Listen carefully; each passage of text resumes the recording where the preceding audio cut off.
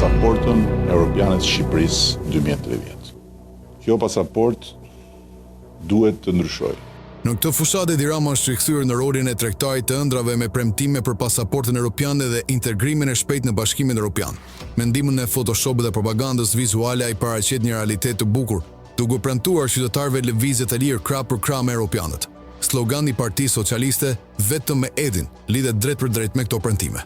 Megjithatë, delegacioni i Bashkimit Evropian e ka përgënjeshtruar këtë fabul. Përmes një reagimi për lapsi pikal, Bashkimi Evropian thekson se integrimi është një objektiv strategjik kombëtar dhe jo pronë të një partie. Ai kërkoi angazhim të përbashkët të gjithë forcave politike dhe qytetarëve shqiptar. Një tjetër pikë e diskutueshme është premtimi i Edi Ramës për anëtarësimin në Bashkimin Evropian në vitin 2030. Përfaqësuesja e lartë e Bashkimit Evropian Kaja Kallas u shmang nga dhënia një afati korrekt. Ajo theksoi se për të arritur këtë objektiv, Shqipëria duhet të ndërmarrë masa konkrete dhe të zbatojë reformat në praktik. Së fundmi dhe Gjermania përmes gazetës prestigjioze FAZ ka sinjalizuar një qëndrim më të rezervuar ndaj zgjerimit të Bashkimit Evropian. Ajo theksoi nevojën për konsolidim të brendshëm para çdo zgjerimi të ardhshëm.